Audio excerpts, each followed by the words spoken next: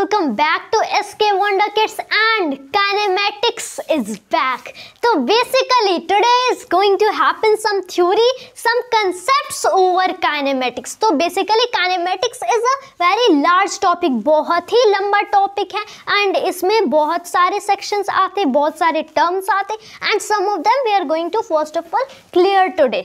Starting with the introduction, मतलब kinematics है ही क्या?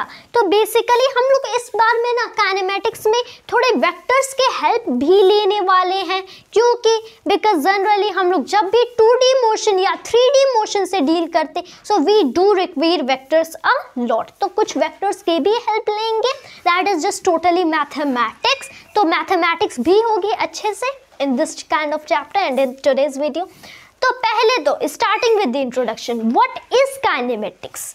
तो काइनेमेटिक्स की बात करें पहले तो फिजिक्स में आता है एक topic namely mechanics. We deal with a kind of topic namely mechanics in physics. Okay भाई, मैकेनिक्स क्या होता है? तो मैकेनिक्स ना it is just you can call a branch in physics and a major branch of physics which can be subdivided into two parts, kinematics and dynamics.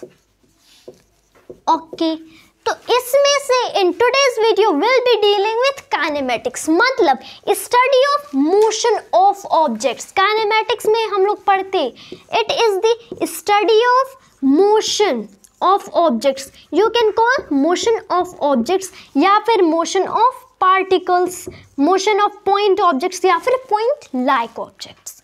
While whereas the dynamics deals with the study of the cause of motion. What is the cause of motion? This is the study of cause of motion.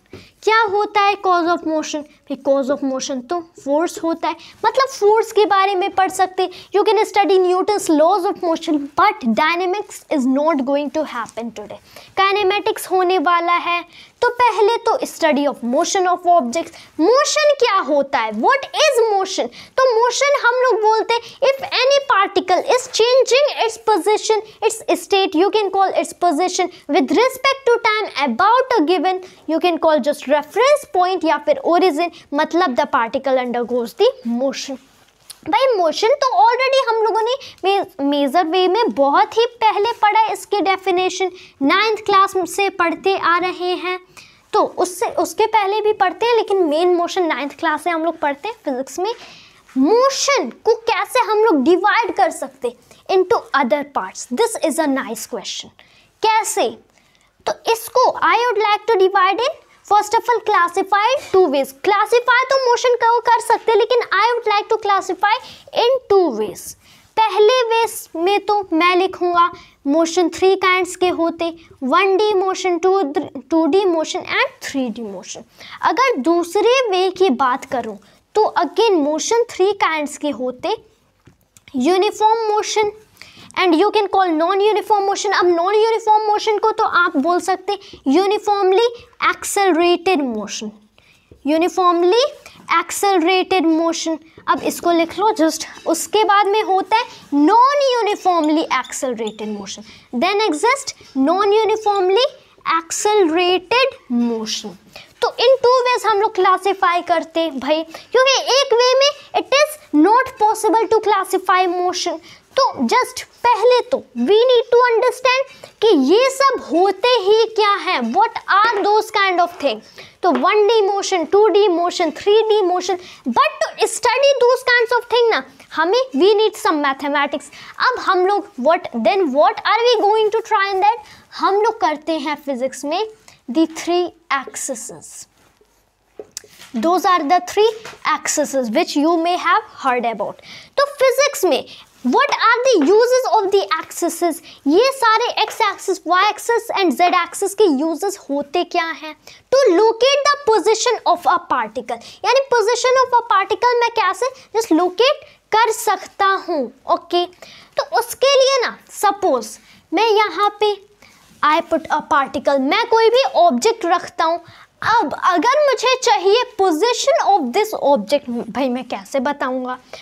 उसके लिए I choose a reference point. As हम लोग 9 से पढ़ते आ रहे हैं, it requires a reference point. Generally If I just take a daily example, तो you might have traveled many times जहाँ पे आपको रास्ता नहीं पता है, even ड्राइवर को रास्ता नहीं पता है. Okay, suppose you want to go to some of your relative home in any kind of city, कोई भी सिटी में. अब अगर आपको रास्ता नहीं पता and no one in the car sitting doesn't know the way how to go to your relatives home, तो आप लोग पूछोगे किसी इंसान से going on the road. अब वो बताएंगे यहाँ से suppose यहाँ से सीधा जाओ 200 मीटर, फिर लेफ्ट जाके 500 मीटर ले लेना, फिर अगेन राइट में जाके क्या करना 700 मीटर, तो पहुंच जाओगे. ऐसे वो लोग बताते. लेकिन इफ यू नोटिस केयरफुली, किसके रिस्पेक्ट में बता रहे हैं? आपके पोजीशन के रिस्पेक्ट में बता रहे. यानी जिस टाइम पे, उसी टाइम पे जहां पे आपकी कार खड़ी है, वो पोजीशन क्या है उसको वो लोग रेफरेंस पॉइंट लेती, उसके बाद बता देते.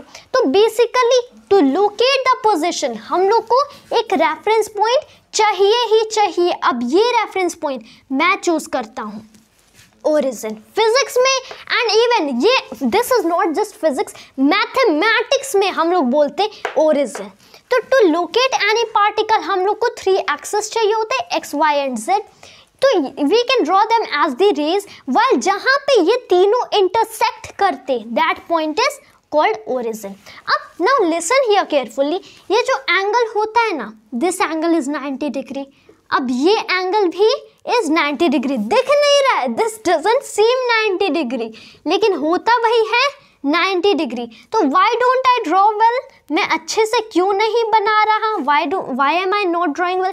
तो एक्चुअल में दिस इज अ 2D. ये जो बोर्ड है ना, दिस इज 2 डायमेंशनल. इसीलिए 2 डायमेंशनल थिंग पे 3 डायमेंशनल थिंग हम लोग बना ही नहीं सकते. जो थर्ड एक्सिस होता है, इफ आई टॉक प्रैक्टिकली, तो थर्ड एक्सिस पता है कहाँ होगा? Third axis will be here. अगर दिस इज हियर, तो थर्ड एक्सिस इधर है. मैं इधर क्यों बना रहा हूँ? तो जस्ट आई एम अटेम्प्टिंग कि मैं इधर शो कर ले रहा हूँ. थर्ड जो एक्सिस जेड होता है, दैट इज आउटवर्ड. इसका नेगेटिव वाला जेड एक्सिस इनवर्ड होता है. जैसे नेगेटिव एक्स एक्सिस इधर है, नेगेटिव वाई एक्सिस इधर है. तो those are basic things you would have study. ये सब 90 डिग्री पे लोकेट हुए रहते हैं. अब मैथमेटिक्स में हम लोग क्या पढ़ते हैं? What do we study? To locate any particle. Suppose horizontally मैं चूज करता हूँ, यानी इसका abscissa which I just call, इसका एक्स कोऑर्डिनेट मैं I call it abscissa also just in mathematics. यानी ओरिजिन से पार्टिकल हॉरिजॉन्टली कितना दूर है? सपोज x दूर है. अब जो इफ आई टॉक वर्टिकली तो कितना दूर है? सपोज y दूर है. एंड समथिंग ओरिजिन से ये जो z एक्सिस पे कितना दूर है? सपोज z दूर है. तो अब मैं क्या बोलूँगा भाई? मतलब coordinates of the particle are x, y and z. This is mathematics. ये रहा हमारा मैथमेटिक्स जो हम लोग बचपन से पढ़ते हैं. This is mathematics. कोऑर्डिनेट्स मैंने बोला x, y एंड z होंगे. इसके अकॉर्डिंग मैं पोजीशन ऑफ पार्टिकल बता सकता है. x की वैल्यू 2 मीटर, y की वैल्यू 5 मीटर, z की वैल्यू 3 मीटर. अब फाइंड आउट कर लो पार्टिकल किधर है. This is a hint. कोई भी तब फाइंड आउट कर सकता. ग्राफ में घुसो, go at x equals 2, y equals 5 and z equals 3. अब निकाल लो, उधर ही पार्टिकल होगा. तो basically this is a important tool in kinematics. This is just totally mathematics. This is mathematics, just not seeming to be physics. तो अब coming to the point, now this point will become easier. अब ये point easier होगा. भाई क्यों easier होगा? क्योंकि 1D motion हम लोग बोलते ही हैं कि motion in a straight line. Motion in a straight line होता है 1D मोशन. चलो just I will be defining again that to you. 2D motion हम लोग बोलते हैं motion in a plane, while 3D motion हम लोग बोलते हैं as the motion in a space. भाई this is the 1D, 2D and 3D motion. चलो अब मैथमेटिक्स की हेल्प लेते, इन टर्म्स को समझने की कोशिश करते. तो if I try mathematics in this, तो जब भी या तो x या फिर y या फिर z में से एक कोऑर्डिनेट किसी भी पार्टिकल का वैरी करता है, मतलब सपोज x डायरेक्शन में पार्टिकल मूव कर रहा है तो x कोऑर्डिनेट ही चेंज होगा ना. अगर सिर्फ x कोऑर्डिनेट चेंज होता है मतलब मोशन इन स्ट्रेट लाइन हो रहा है. भाई कैसे समझे? सपोज मेरे पास यहाँ पे एक पार्टिकल है, मैं इसको ऐसे मूव करा रहा हूँ तो सिर्फ x कोऑर्डिनेट चेंज हो रहा है, y कोऑर्डिनेट या फिर z कोऑर्डिनेट नहीं चेंज हो रहा, x चेंज हो रहा है. This is a straight line motion, मतलब 1D मोशन, 1 डायमेंशनल मोशन। चलो नेक्स्ट ट्राई करते। 2D मोशन मतलब 2 कोऑर्डिनेट, या फिर x एंड y, या फिर y एंड z, या फिर x एंड z चेंज हो रहे हैं, मतलब this is a 2D motion. चलो 3D ट्राई करते। जब तीनों चेंज हो रहे हैं मतलब this is motion in space. 2 में तो मोशन इन प्लेन होता है, तीनों चेंज हो रहे हैं मतलब मोशन इन स्पेस, या फिर 3D मोशन। तो this is basically 1D 2D and 3D motion. अब ना D का मतलब क्या, D का मतलब डायमेंशन। तो बेसिकली हम लोग डायमेंशन भी पढ़ते हैं इन फिजिक्स, तो दैट विल बी, हम लोग जनरली बोलते हैं दिस इज 1 डायमेंशनल, आगे पीछे ऊपर नीचे, and just you can try left and right, ये 1 2 एंड 3 डायमेंशंस होते। एक्चुअल में ना लोअर क्लास के फिजिक्स में just like 11th and 12th हम लोग ना जनरली आई थिंक 3 ही डायमेंशंस पढ़ते, लेकिन after that as we study higher तो हम लोग 4th डायमेंशन भी पढ़ते, यानी 4D मोशन पॉसिबली हो सकता है। मतलब 4th डायमेंशन टाइम खुद ही होता है। Einstein's general theory of relativity proves कि 4th डायमेंशन कुछ और नहीं बल्कि टाइम ही है। ओके, तो Einstein had a great achievement 1915 का था। जबकि स्ट्रिंग थ्योरी तो बोलते कि 11 डायमेंशंस होते, जहाँ पे अभी हम लोग 3 ही डायमेंशंस पढ़ रहे हैं, where we get confused in 3। String theory which we call even M theory, वो बोलती है कि there are in total 11 dimensions in universe. अब 10 तो स्पेस में हो गए, एक तो टाइम खुद ही होता है। चलो that will be just forward, अभी इस पे कंसंट्रेट करते हैं over the 3। This is the 1D 2D and 3D motion. Clear? बस थोड़ा सा मैथमेटिक्स अप्लाई करते, since mathematics just can make physics crystal clear, it can make physics very means much kind of clear, क्योंकि जब भी mathematics apply होता है so in the form of equation हम लोग कुछ भी एक्सप्रेस कर ही देते हैं, and it becomes very easy to study physics. अब विदाउट मैथमेटिक्स तो पॉसिबल है, हो सकता है, but today scientist don't deal with physics without mathematics. Even अब तो 11th 12th में 80% फिजिक्स मैथमेटिक्स हो जाता है, 20% में तो फिजिक्स ही रिमेन हो जाते हैं। तो physics is just I think getting less value, इसके कॉन्सेप्ट बाकी सब तो न्यूमेरिकल मैथमेटिक्स में हो जाते हैं। तो uniform motion, uniformly accelerated motion, या फिर नॉन यूनिफॉर्मली एक्सेलरेटेड मोशन। अब ये जो 2 काइंड के मोशन है ना, they fall under a category non uniform motion. इसको आप बोल सकते नॉन यूनिफॉर्म मोशन, क्योंकि uniformly accelerated and non uniformly accelerated, non uniform motion होते हैं, यानी मोशन यूनिफॉर्म नहीं है। अब इसी को ब्रेक करोगे तो मिलेगा uniformly accelerated and non uniformly accelerated. ये सब क्या है? यूनिफॉर्म मोशन में स्पीड या फिर velocity of the particle constant रहती है through out motion. Uniformly accelerated में यूनिफॉर्मली इंक्रीज करती, या फिर नॉन यूनिफॉर्मली इंक्रीज या फिर डिक्रीज भी कर सकती है, वेलोसिटी इंक्रीज या डिक्रीज कर सकती, इसका मैग्नीट्यूड मतलब स्पीड, वाइल डायरेक्शन चेंज हो सकता है। नॉन यूनिफॉर्मली एक्सेलरेटेड में ये सारी चीजें नॉन यूनिफॉर्मली होती। अब स्पीड एंड वेलोसिटी के कुछ टर्म्स आ रहे, तो basically to understand that just will have to first of all erase this, उसके बाद first of all will be understanding that, उसके बाद this will be crystal clear, ये सब पूरा क्लियर ही हो जाएगा। So moving to our next point, अब हम लोग भाई क्या करने वाले हैं, now will be trying some terms कि काइनेमेटिक्स में कुछ इंपॉर्टेंट टर्म्स क्या होते हैं। तो पहले तो किससे स्टार्ट करें? पोजीशन से स्टार्ट करें। पोजीशन नहीं, एक्चुअल में पोजीशन नहीं, position vector will be starting with the something called the position vector. अब भाई पोजीशन वेक्टर क्या होता है? पोजीशन हम लोग जानते हैं, भाई पोजीशन वेक्टर क्या होता है। तो उसके लिए अगेन मैं यहाँ पे on the board I would like to locate a particle. Suppose मेरे पास कोई भी पार्टिकल है, here I do have a particle.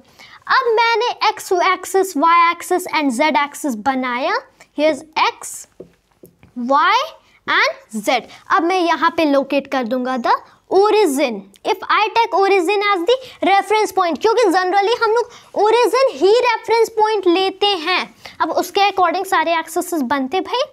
तो अब भाई क्या करें? तो इससे क्या मतलब है, मैं बोलूँगा कि x coordinate, y coordinate and z coordinate suppose कर लो, small x, y and z। चलो नो प्रॉब्लम। अब पोजीशन वेक्टर तब क्या है? What is the position vector? तो अब मैं आई वुड लाइक टू से कि यहाँ से ना फ्रॉम द ओरिजिन एक वेक्टर ड्रॉ करो to the position of particle. Can this vector be like this? Since vector has a direction, magnitude as well as a direction, this will be the vector.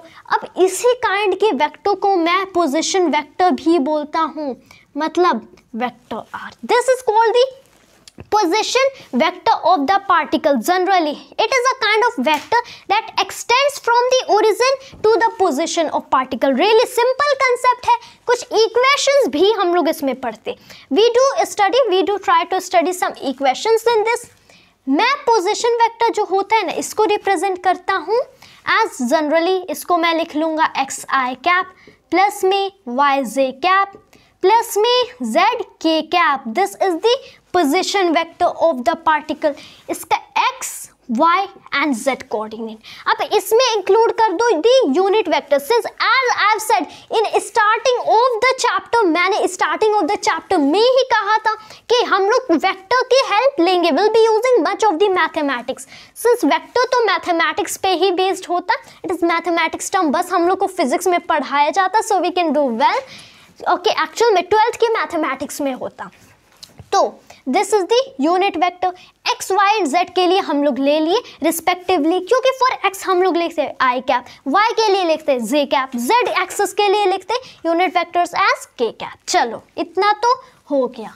इसको मैं लिख लेता हूँ. Magnitude of position vector किसके equal होता है भाई? इसका मैग्नीट्यूड ले लो, under root x square plus y square plus z square होगा. चलो वही तो होगा magnitude of position vector. Still क्या प्रॉब्लम है? Then what's the problem? चलो position vector we know. Suppose करो नाउ अ स्पेशल केस, एक कोई स्पेशल अच्छा सा केस लेते. यहाँ पे है मेरे पास initially the particle. I again draw the x, y and z axes. अब क्या हुआ, मैंने position vector of the particle draw किया here. This is the vector r1. अब वेक्टर r1 क्यों ले रहे? Just soon you will understand. इसके कोऑर्डिनेट्स लेट कर लो x1, y1 and z1.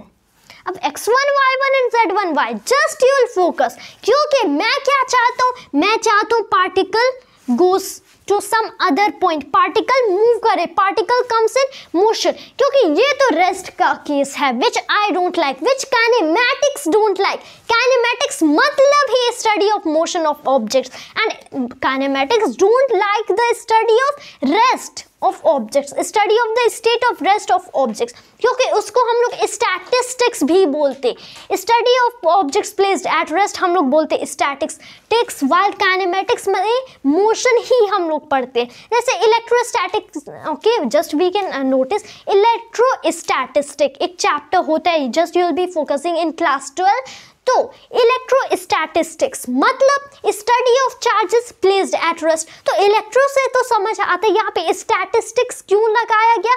For rest. Statistics मतलब ही study of objects placed at rest, मतलब इलेक्ट्रोस्टैटिस्टिक्स मतलब study of charges placed at rest. तो ये तो है काइनेमैटिक्स, इसको मोशन में तो एनी हाउ लाना ही पड़ेगा. कैसे लाएंगे? अब वो तो नेक्स्ट चैप्टर पे है. डायनेमिक्स हम लोग जो लॉज ऑफ मोशन पढ़ते, फोर्स पढ़ते, चलो वो इस चैप्टर का पॉइंट नहीं है. यहाँ पे मैंने इसको मोशन में लाया. During a certain interval of, suppose कोई भी टाइम होगा, डेल्टा टी हो सकता है, टी हो सकता है, टी नॉट सपोज कर लो, ये इतना डिस्टेंस ट्रैवल किया, इतना path it has taken this kind of path. Up, listen, there's a very important point related to this to tell to you that actual में ना this ये जो होता है x axis, y axis, z axis along with the origin जो हम लोग बोलते हैं, this is also known as you can call Cartesian plane. This is what? This is same thing. लेकिन अगर हम लोग इसमें clock place करते हैं, we place a watch in this, इसमें कोई घड़ी place करते हैं to measure the time. So this becomes what? ये क्या बनता है? This is a frame of reference. Okay, actually there's a difference between frame of reference and reference point. Reference point origin होता है and frame of reference you can call a Cartesian plane, x-axis, y-axis and z-axis, a coordinate plane जिसमें क्या होता है, एक clock place होता है. Okay, to measure the interval of time during the motion. चलो अब क्या हुआ, यहाँ पे पार्टिकल आया, अब मैंने लिखा इसका कोऑर्डिनेट सपोज कर लो x2, y2 एंड z2। चलो कोई बात नहीं, इसका पोजीशन वेक्टर सपोज करो। पोजीशन वेक्टर चेंज होता है जैसे पार्टिकल की पोजीशन चेंज होगी, पोजीशन वेक्टर चेंज होगा। इसको you can just suppose as the vector में r2। चलो अब ये कितना, how much path it has taken, ये मैं कैसे डिफाइन करता हूँ भाई, ये तो अलग ही बात है। This is different kind of thing, इसमें हम लोग कुछ डिफरेंट केस देख रहे हैं। दिस इज काइनेमेटिक्स, ये तो स्टैटिस्टिक्स लगता है, एक्चुअल में this is important point in kinematics.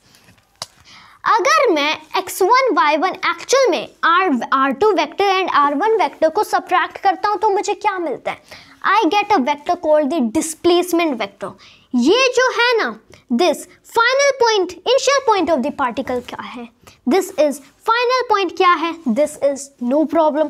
अगर कितना पार्टिकल मूव किया है मुझे ये डिफाइन करना है कि पार्टिकल एक्चुअल में by what kind of distance, by what kind of path the particle has moved, तो इसको मैं क्या बोल सकता हूँ, this is the displacement vector of the particle. Equation लिखो, इसको आप बोलते हो डेल्टा वेक्टर आर, एक काइंड का वेक्टर होता है, क्या है, final position vector minus initial position vector. This is vector r2 minus में वेक्टर r1, इसको मैं बोलता हूँ द डिस्प्लेसमेंट वेक्टर।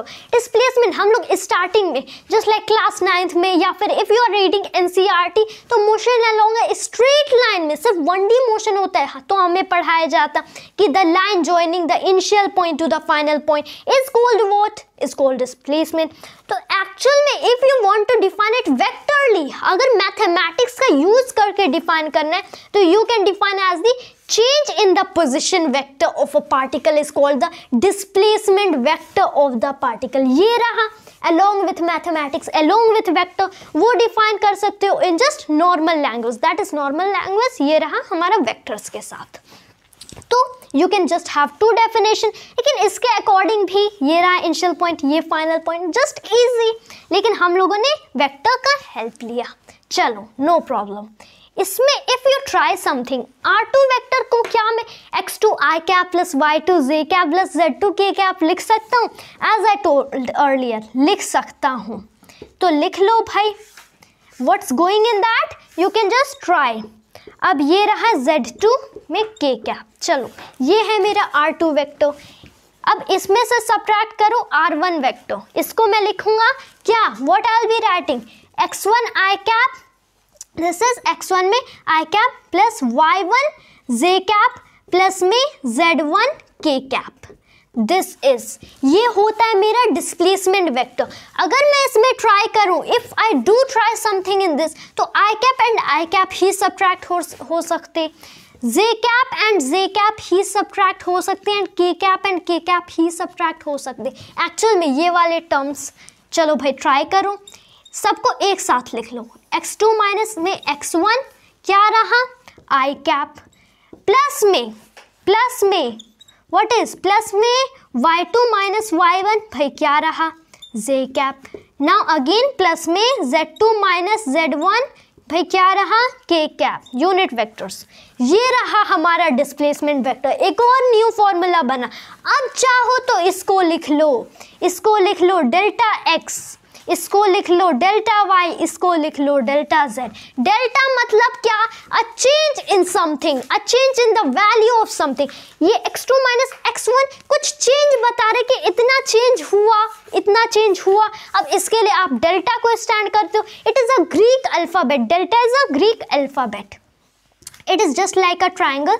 ऐसे शॉर्ट में हम लोग करते, डेल्टा x हुआ i cap plus delta y हुआ में j कैप प्लस में delta what is this z, this is हुआ में k कैप। एक ये फॉर्मूला हमारा भी बन गया, ये this is what, this is the displacement vector. तो डिस्प्लेसमेंट वेक्टर के कितने फॉर्मूला, एक ये लिख सकते हो, ये लिख सकते हो, ये लिख सकते हो, ये लिख सकते हो भाई, जो भी लिखना है लिखो, आंसर तो जस्ट सेम ही आएगा, सारे मेथड ही करेक्ट है, ये सारे वैल्यूज ही करेक्ट हैं। तो ये रहा हमारा displacement vector. According to vector, displacement vector हम लोग जस्ट ऐसे ही डिफाइन करते। तो पोजीशन वेक्टर के साथ साथ we get to know about a point about the displacement vector. तो since position vector why I told you about, क्योंकि this is a important point related to the displacement vector. तो हम लोग change in position vector आप बोल सकते हो, this you can also right ना as the delta vector r। अब delta vector r equals delta vector r doesn't seem suitable, तो इसको छोड़ ही दो। Okay, change in position vector क्या होता है अकॉर्डिंग टू डेल्टा, लिख लो ग्रीक अल्फाबेट में डेल्टा वेक्टर आर, जिसको मैं डिस्प्लेसमेंट वेक्टर ही रेफर करना चाहूँगा। I would like to recommend to call it as the displacement vector. चाहो तो डिस्प्लेसमेंट क्या होता है, व्हाट इज सिंपली डिस्प्लेसमेंट। अगर वेक्टर हटा दो, if you remove the vector, हमें वेक्टर नहीं चाहिए, तो मैं अगर मुझे सिर्फ डिस्प्लेसमेंट लिखना है यानी डेल्टा आर, ओके, वेक्टरली नहीं, मैथमेटिक्स नहीं चाहिए, तो ये मैं लिखता हूँ R2 माइनस R1। जो डिस्प्लेसमेंट होता है that is final position minus initial position, लेकिन अगर वेक्टर इंक्लूड करता हूँ तो final position vector minus initial position vector. तो ये तो भाई रहा है position vector and displacement vector. So now what's going, हम लोगों ने ये सारे पॉइंट्स भी कंप्लीट कर लिए। वाइल हम लोग को बस ये एक चीज़ जानना है कि डिस्प्लेसमेंट जो वेक्टर होता है ना, it can be positive, negative and zero as well as the displacement. Positive, अगर सपोज कि मैं I try to draw this kind of plane, अगर ये एक्स पॉजिटिव एक्स एक्सिस के टुवर्ड्स मूव कर रहा है तो ये रहा पॉजिटिव। अगर नेगेटिव यहीं से यहाँ पे चल दे तो इस साइड को तो हम लोग नेगेटिव भाई मानते, तो क्या होगा, दिस बिकम्स नेगेटिव। अगर कहीं मूव करते करते फिर उसी पॉइंट पे आता है, vector R2 and vector R1 become zero, मतलब ये रहा अ जीरो वेक्टर, जिसको हम लोग नल वेक्टर बोलते। Null vector means what, this is an example of null vector। तो if you want to just get more examples of null vector तो इसी kind के examples बना लेना, this is a null vector और even a zero vector। तो इसको कर लो जीरो, पॉजिटिव या फिर negative. And first of all ये तो हो गया, and now let's move to our next point. So moving to our next point, मतलब डिस्टेंस कवर्ड क्या है, what is the distance covered by a particle. क्योंकि पोजीशन वेक्टर हम लोगों ने पढ़ लिया, डिस्प्लेसमेंट वेक्टर पढ़ लिया, लेकिन भाई डिस्टेंस क्या होता है, इंपॉर्टेंट टर्म। सिर्फ डेली लाइफ में भी हम लोग बहुत बार इस टर्म का यूज करते। सपोज कि अभी मैं यहाँ से कहीं भी जा रहा हूँ, suppose I from here I go to Deoria और गोरखपुर, कुशीनगर, कहीं भी जा रहा हूँ तो on bike, suppose I am asking to my father कि अभी भी हम लोगों ने अभी तक कितना डिस्टेंस कवर किया फ्रॉम आवर होम, या फिर कितना डिस्टेंस और कवर करना है टू रीच माय डेस्टिनेशन। हम लोग बहुत बार this kind of word use करते। चलो फिजिक्स में इसकी मीनिंग क्या होती है, क्योंकि generally physics and daily life में हम लोग कुछ डिफरेंट फाइंड आउट करते। कोई भी टर्म अगर हो तो फिजिक्स एंड डेली लाइफ में थोड़े सिमिलर हो तो होते, लेकिन थोड़े डिफरेंट भी होते हैं as used in daily life and the physics. तो डिस्टेंस कवर्ड हम लोग बोलते as a total path taken by a particle. Total path जो होता है, टोटल एकदम में एक्चुअल जो होता है, that is the distance covered. If I take a nice example, I do have a point और पॉइंट लाइक पार्टिकल हियर। अब ये ट्रैवल करता है कुछ ऐसे, this seems to be a wave, लेकिन डोंट वरी, हम लोग वेव्स एंड थर्मोडायनेमिक्स ये अभी नहीं पढ़ रहे, ऑसिलेशन एंड वेव्स नहीं पढ़ रहे, हम लोग क्या पढ़ रहे, kinematics. Let me just remind you that. तो यहाँ से लाइक अ वेव, अब भाई वेव मैंने क्यों इंक्लूड किया, so to make the just this little funny और इतने ईजी से अंडरस्टैंड हो जाए, फॉर दैट सपोज ऐसे भी कुछ भी टेढ़ा मेढ़ा ही, चलो सपोज करते ऐसे हो सकता है, फिर ऐसे ऐसे, ओके कुछ भी सपोज करो। अब इफ आई कंसंट्रेट हियर, मैं यहाँ पे पोजीशन वेक्टर्स नोट करता हूँ। सपोज मैंने यहाँ पे बनाया X Y and Z axis, वही भाई पुरानी कहानी। ओके यहाँ पे मैंने लोकेट किया ओरिजिन। अब यहाँ पे मैं बनाऊंगा the position vector R1 of the particle. अब पोजीशन वेक्टर R2 मैं कुछ यहाँ पे बनाऊंगा। ओके ये रहे मेरे पोजीशन वेक्टर। अब व्हाट आई विल बी कंसिडरेटिंग, ये जो है पॉइंट एंड ये जो है पॉइंट, इसको मैं कहूँगा change in position vector. Again same पुराना वाला term, what is this, displacement vector, delta vector R। चलो ये रहा डिस्प्लेसमेंट वेक्टर। इतना तो हम लोगों ने ऑलरेडी कर ही लिया था। अब क्या बचा है? क्या इस actual path, is this actual path in a waste? Does it like to go in a dustbin? नहीं, nothing is a waste in physics. हर एक point is a meaning, there is something meaning hidden behind each and every point in physics. चलो, तो इसका भाई क्या use है? इसको हम लोग जस्ट इन फिजिक्स कुछ किसी दूसरे नाम से बोलते हैं, दिस काइंड ऑफ पाथ, जो कि हम लोग बोलते हैं distance. This is called the distance.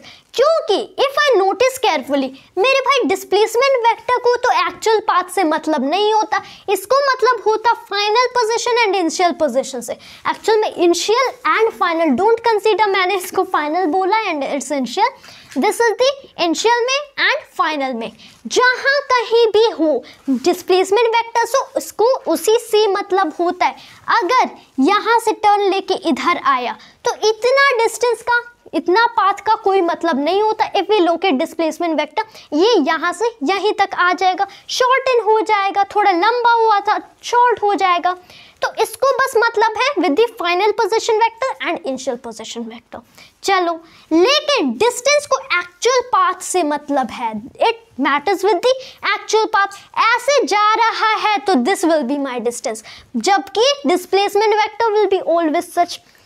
तो to define the actual path हम लोग डिफाइन करते हैं the term as the distance covered. This is the actual path covered by an object. If you wish तो एक्चुअल या फिर में total, actual and total both you can say as the और refer और recommend as the correct ones. तो ये तो है भाई एक्चुअल पाथ। तो इतना कंफ्यूजिंग क्या है इसमें? तो कुछ कंफ्यूजिंग नहीं है, बस क्या देखना है कि distance is always added. Distance हमेशा ही ऐड होता है, कभी सब्ट्रैक्ट नहीं हो सकता, because distance is always positive. कभी नेगेटिव नहीं हो सकता, कभी जीरो भी नहीं हो सकता एज डिस्प्लेसमेंट। ये तो भाई पॉजिटिव रहेगा, नेगेटिव रहेगा, इवन जीरो भी रहेगा। It has no complain about that kind of thing कि मुझे इसने नेगेटिव कर दिया, इसने तो जीरो कर दिया। This is a good boy कि इसने मुझे पॉजिटिव ही रखा। तो displacement, okay, displacement doesn't care about that, लेकिन डिस्टेंस केयर्स कि इसको हमेशा पॉजिटिव रखना ही है। This is always a kind of positive quantity. तो जनरली आप हमेशा मैग्नीट्यूड ले लेना, ओके, दैट्स वाई ये पॉजिटिव ही हो जाता है। You can take mod of the distance. Actual में ना, सपोज अ पार्टिकल मेरे पास है, अगेन यही पार्टिकल सपोज करो, ये कुछ देर बाद क्या हुआ, ऐसे जाता है, it goes through some velocity, ऐसे जाता है, कुछ देर बाद यहाँ पे पहुँचा, चलो कुछ देर बाद उसी पोजीशन पे पहुँच गया, ऐसे ट्रैवल कर रहा है, कोई बात नहीं। इसकी डिस्प्लेसमेंट वेक्टर क्या होगी? It will be a null vector, ये जीरो ही रहेगा, जीरो वेक्टर। तो डिस्प्लेसमेंट की सिंपली बात करें तो जीरो रहेगा। डिस्टेंस क्या है? This is what, suppose x हुआ, इसकी लेंथ x सपोज कर लो, तब वापस आने के लिए भी तो लेंथ x हो गई। डिस्प्लेसमेंट हम लोग लिखते हैं x माइनस x, जीरो होगा। क्यों जीरो होगा? क्योंकि यहाँ पे नेगेटिव डायरेक्शन में आ रहा है। इसमें चाहो तो लोकेट कर देना। चलो अब 3 को छोड़ ही दो, चलो 2 ही लेते हैं, अभी पॉजिटिव नेगेटिव करना है। दिस इज नेगेटिव x, ये नेगेटिव डायरेक्शन है तो नेगेटिव सब्ट्रैक्ट होगा। दिस इज x किससे ऐड होगा? नेगेटिव x से, मतलब x minus x, zero. Displacement रह गया जीरो। लेकिन डिस्टेंस आई से कि एक स्केलर क्वांटिटी है। साइंटिस्ट ने, फिजिस्ट ने डिस्प्लेसमेंट को, एक्चुअल में मोर करेक्टली डिस्टेंस को एक स्केलर क्वांटिटी ही बनाया था। They made distance kind of scalar quantity, ताकि ये हमेशा ऐड हो सके। तो अब इसका उससे क्या रिलेशन है? What is the relation? क्योंकि अगर ये स्केलर क्वांटिटी है तो इसके पास कोई काइंड ऑफ डायरेक्शन नहीं होगा। अगर डायरेक्शन नहीं होगा तो इसको पॉजिटिव नेगेटिव से मतलब ही नहीं है, हमेशा ऐड होता रहेगा। यहाँ पे अगर मैं टोटल डिस्टेंस की बात करूँ, ये एक तो यहाँ तक रहा x, इसमें क्या ऐड करोगे? x ऐड करोगे 2x। क्यों ऐड किए? क्योंकि इसको पॉजिटिव या नेगेटिव से के डायरेक्शन से मतलब नहीं है, because it is a scalar, इसके पास डायरेक्शन है ही नहीं, तो मतलब क्या से रहेगा? Okay, it doesn't have any direction. Suppose अगर आपके पास कोई भी बुक, सपोज आपके पास रेसनिक, हैलिडे एंड वॉकर की बुक नहीं है, तो आप पढ़ोगे कैसे? लाइक दिस, इसके पास डायरेक्शन नहीं है तो इसको उससे मतलब नहीं है, इसीलिए हर केस में इसको आप ऐड ही करते रहना। दिस इज ऑलवेज, इसीलिए तो यही बात इसको हमेशा पॉजिटिव बनाती है, इसीलिए जीरो नहीं हो सकता, नेगेटिव नहीं हो सकता, always it remains as the positive and it is a scalar quantity. The thing makes it as a scalar quantity while displacement as you know, ये तो भाई रही वेक्टर क्वांटिटी। तो अब एक बहुत ही इंपॉर्टेंट पॉइंट आता है, what's the main difference between distance and displacement. उन सबों में डिफरेंस एक्चुअल में होता क्या है? तो distance is the actual path, अब displacement is the change in position. बस फाइनल एंड इनिशियल से मतलब होता है, डिस्टेंस को एक्चुअल से मतलब होता है। अब और क्या डिफरेंस है भाई? Displacement is a vector, distance is a scalar. Displacement can be positive, negative और even zero, but distance is always positive, negative and never zero. This is the main difference. अब इसके अलावा तो कोई डिफरेंस रेयरली हो सकता है, लेकिन जो मेन डिफरेंस होता है those are those points. So if we remember those point तो we can easily try.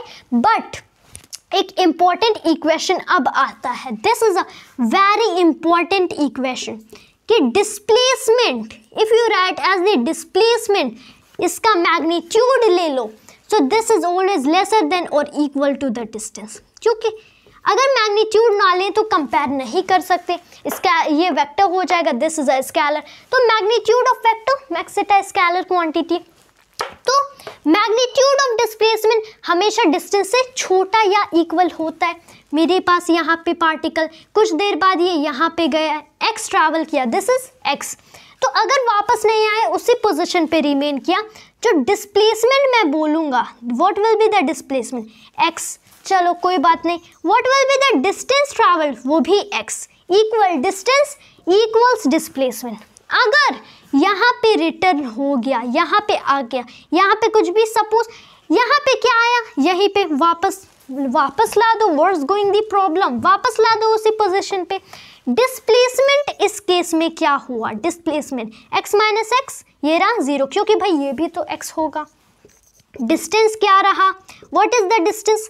2x, भाई ये हो गया 2x, x plus x 2x, क्योंकि इसको डायरेक्शन से अगेन मतलब नहीं है, तो पॉजिटिव एंड नेगेटिव से मतलब नहीं, तो इट इज ऑलवेज एडेड, क्योंकि हमेशा बिहाइंड एनी नंबर पॉजिटिव का सिंबल छुपा होता है। As we have been studying lower classes, उन क्लासेस की कंसेप्ट्स यहाँ पे यूज हो सकते हैं in the higher class physics, इसीलिए वी जस्ट कॉल कि बेस इज वेरी इंपॉर्टेंट है, क्योंकि बिना बेस के एक ट्राइंगल भी नहीं स्टैंड होता है, बिना बेस के तो भाई एक ट्राइंगल भी नहीं स्टैंड होता है, इट रिक्वायर्स अ बेस। अगर मैंने इस ट्राइंगल में से बेस हटा दिया, आई रिमूव द बेस, तो मुझे बताओ कि is it a triangle? Triangle is a closed figure. नहीं, ये closed नहीं है, it doesn't have three sides, तो what will you call? This is not a triangle. That's why base is very important. तो यहाँ पे हम लोग क्या पढ़ रहे थे? मैग्नीट्यूड ऑफ डिस्प्लेसमेंट है 0 विच इज लेसर देन और इक्वल टू द डिस्टेंस, जो कि है 2x। अब पिछले वाले केस में इक्वल हो गया, इस केस में लेस हो गया, लेकिन will be always using this equation, and ये इक्वेशन ऑफ फिजिक्स रॉन्ग नहीं हो सकती। This is a forever and 100%, this is a 100% correct equation, always this is a 100% correct equation, किसी भी केस में लगा देना, this equation is just always valid. तो ये तो भाई रहा इवन अबाउट डिस्टेंस, डिस्प्लेसमेंट हो गया, डिस्टेंस हो गया, even displacement as a vector quantity भी हम लोगों ने ट्रीट कर लिया, position vector and introduction to mechanics, kinematics, dynamics का भी थोड़ा इंट्रोडक्शन कर लिया, काइंड्स ऑफ मोशन भी हो गए, and listen kinds of motion भी हम लोगों ने uniform, non uniformly accelerated, uniformly accelerated, 1D 2D and 3D कर लिया। So basically that was for today, and in our next video will be surely dealing with what is called average velocity, average speed, instantaneous velocity, instantaneous speed. उसके बाद में you can deal with other kinds of thing, average acceleration, instantaneous acceleration. फिर uniform circular motion भी इस topic में आता है, बहुत ही लंबा टॉपिक है काइनेमेटिक्स। उसके बाद तो ग्राफ आता है, या that is really very interesting point. Graph is a very powerful tool and later we'll be also just dealing with the equations of motion in our further video. So basically this was my today's topic based over the kinematics, and thank you for watching this video. Jai Hind, Jai Bharat.